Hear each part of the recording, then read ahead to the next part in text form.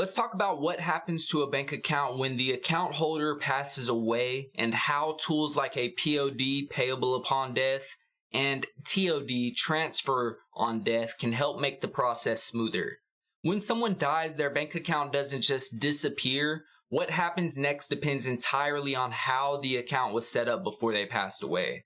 If the account is a joint account with rights of survivorship, the funds automatically go to the surviving account holder.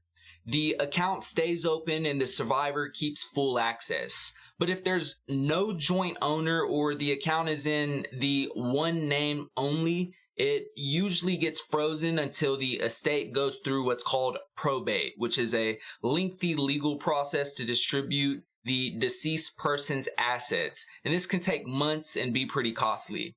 That's where POD and TOD come in. So what POD is it stands for payable upon death, and this is a designation you can set up at the bank. They typically ask when you're opening your account, if you got a good banker, listing a specific person to receive the funds when you die. It doesn't give the person access while you're alive, but it bypasses probate, which makes faster access to the money during an unfortunate situation.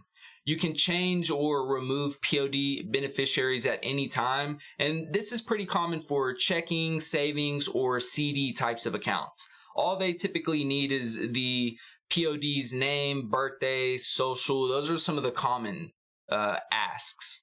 Now let's talk about TOD, transfer on death. This works similarly, but is more often used for investment types of accounts. It designates who will receive the assets after you pass without going through probate. Now, why would you want to use these? Well, it avoids delays from probate.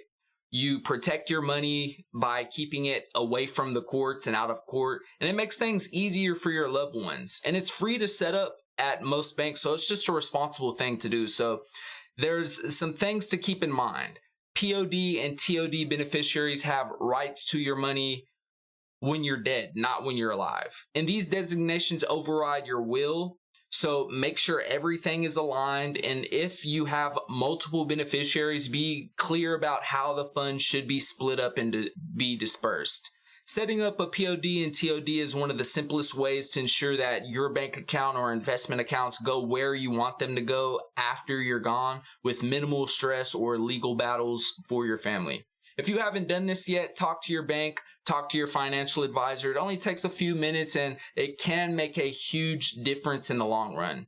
Financial peace isn't just about what you earn, it's about what happens after you're gone. So be sure to plan ahead, everybody.